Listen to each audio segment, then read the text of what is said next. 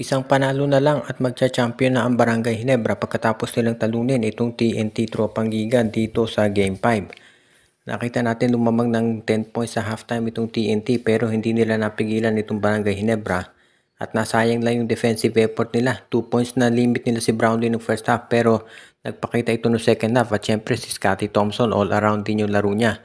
Plus of course nakita rin natin na maganda din pinakita ni Maverick Ahanmisi at yung depensa ng Barangay Ginebra dito kay RHJ na ang baba na ng field goal ngayon.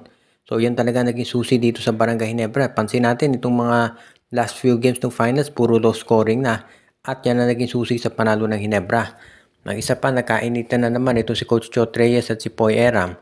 At marami nga nagsasabi ito si Poy Eram ay medyo masyadong sensitive.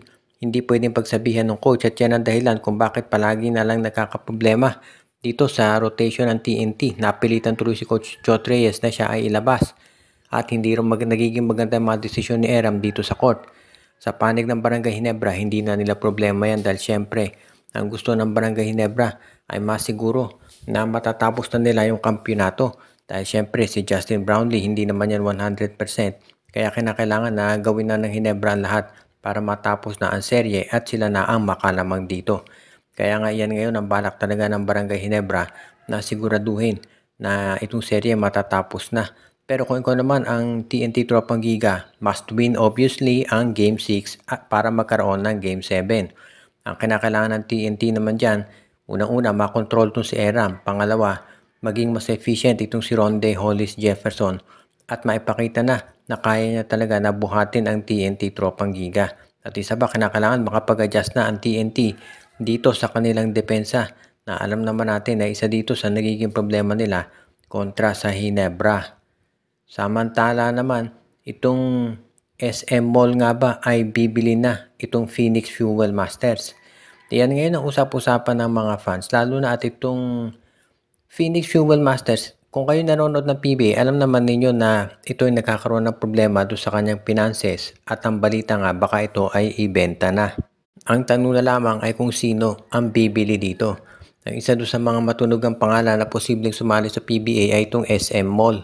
Dahil alam naman natin na itong SM, kayang-kaya niyang bilhin itong Phoenix. Actually, kahit multiple teams, kaya niyang bilhin sa laki ng kita ng SM. Kaya hindi nagiging issue dito yung pagkakaroon nila ng problema pagdating sa mga teams at finances. Ang tanong na lang dyan ay kung interesado ang SM at sabi ng iba nakaka-interest na raw itong SM na sumali dito sa PBA at kung yan ay mangyayari, aba ang laking bagay nito para dito sa pagpapalakas ng kanilang koponan at masisiguro natin na hindi pagpapaiwan itong SM pagdating dito sa sabihin na nating gagawin nila na pagpapagaling ng kanilang lineup. Kaya nga maraming naniniwala na itong SM kung yan sasali sa PBA sigurado na ito ay magiging competitive team. Hindi yan magiging farm team obviously. Kaya magiging maganda ito para dito sa liga. At yan ang inaabangan ng marami ngayon. Yung pagsali nito dito sa PBA. At kung yan ay matutuloy, aba ang ganda nito para dito sa liga. Dahil syempre ang gusto nga ng mga fans, kung mabawala man itong Phoenix na independent team, at least ang papalit dyan ay yung isang koponan o isang kumpanya na determinado talaga na manalo at hindi yung katulad nung sabi nga ng iba ay magbebenta o mamimigay na lamang ng mga draft picks nila dito sa SMC at MVP group. Kaya ito ay good news talaga para sa PBA kung matutuloy yung pagsali nitong SM at pagbili dito sa Phoenix Fuel Masters. Kaya magandang balita talaga to para sa mga fans. At sa ngayon, itong San Miguel Beer naman sa balita natin. Ang balita daw dito sa SMB ay susubukan nila na makipag-usap dito sa Blackwater Bossing para makuha ang serbisyo nitong si Cedric Bearfield. Naghahanap daw ang San Miguel Bay ngayon ng panibagong point guard na magagamit nila. At mukhang ito nga si Bearfield yung kanilang sabihin natin nakukurso na dahan. Alam natin na magiging mataas ang asking price nito. At yan ang dahilan kung bakit kinakailangan daw ng San Miguel na mamigay ng mga top players. At kung ganyan nga mangyayari, abay mabuti ito para sa Beermen. Dahil nga nawala si Simon Enciso, naghahanap ng panibagong guard na magagamit itong Beermen. Kaya pwedeng-pwede na itong si Cedric Bearfield. Ang magiging usapan na lang dito kung sino ang pwedeng ibigay na kapalit nitong San Miguel Beer. Dahil alam natin, isa yun doon sa pag-uusapan nila. Kaya nga abangan natin yung kung ano magiging diskusyon dito ng San Miguel Beer at nitong Blackwater Bossing. kung ano pa man, asahan natin na itong San Miguel ay gagawin na lahat para makumpinsi ang Blackwater na ibigay nga ang nasabing player dito sa kanila. At kung ito ay mangyayari, sa tingin ko, magiging mas competitive na itong San Miguel Beer pagdating dito sa alam na nating Philippine Cup na usually ay dinodominate nila dahil nandiyan si Junmar Fajardo. Pero ngayon, ang lakas na ng Ginebra kaya ito magiging sabihin na nating main issue para dito sa lineup ng barangay ng San Miguel Beer. Pero kung makukuha nila itong si Cedric Barefield at kung ang kapalit for example si Jeron Teng at yung first round draft pick nila, pwede na yan para dito sa San Miguel. Ngayon, kung ikaw naman yung MVP group, papayag ka kaya na mawala itong si Cedric Barefield? Well, ang tanong dyan kasi kung sino man yung kapalit. Plus, ang tanong nga itong si Cedric Barefield ba ay interesado na maglaro ng long term para dito sa MVP group? Dahil nga baka mangyari dyan ayon doon sa ibang insiders ay baka maging katulad lang nitong si Mikey Williams na ayaw na maglaro dyan. Napag-uusapan nito si Mikey Williams, ano nga ba ang tsansa na ito'y mapunta dito sa Converge Fiber XRs?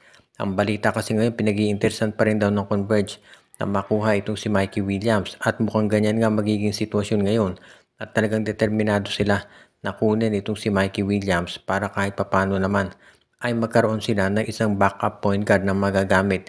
Dahil nga given na malakas yung mga starters nitong lineup ng Converge Fiber XRs, pero mas gusto nila na magkaroon ng iba pang options para naman mas maging matindi yung kanilang kompetisyon laban dito sa SMC at MVP Group. Kaya nga ito na asahan natin na magiging magandang resulta nito para dito sa lineup ng Converge kung makuha nila itong si Mikey Williams.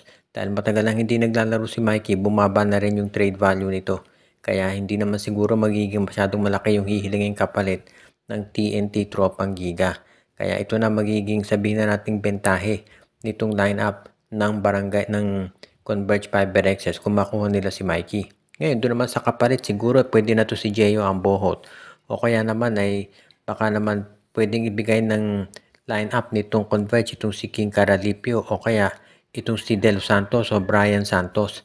Marami naman silang bench players dyan na pwedeng magamit at sa tingin ko pwede ito na magamit nitong si Coach Delta Pineda na trade asset. Kaya nga sa ngayon, sa tingin ng karamihan, kahit na medyo nananahimik na, pwede pang i-trade yan dito ng TNT itong si Mikey sa Converge. Siyempre nakafocus sila dito sa finals pero sa tingin ko, pwede na yan na maayos pa ito talaga. Kaya sa ngayon, kung ito ang mangyayari, maasahan natin na gagawin ang lahat nitong TNT Tropang Giga para maalis na itong si Mikey Williams at least makakuha sila ng isang player na kanila naman na magagamit na talaga.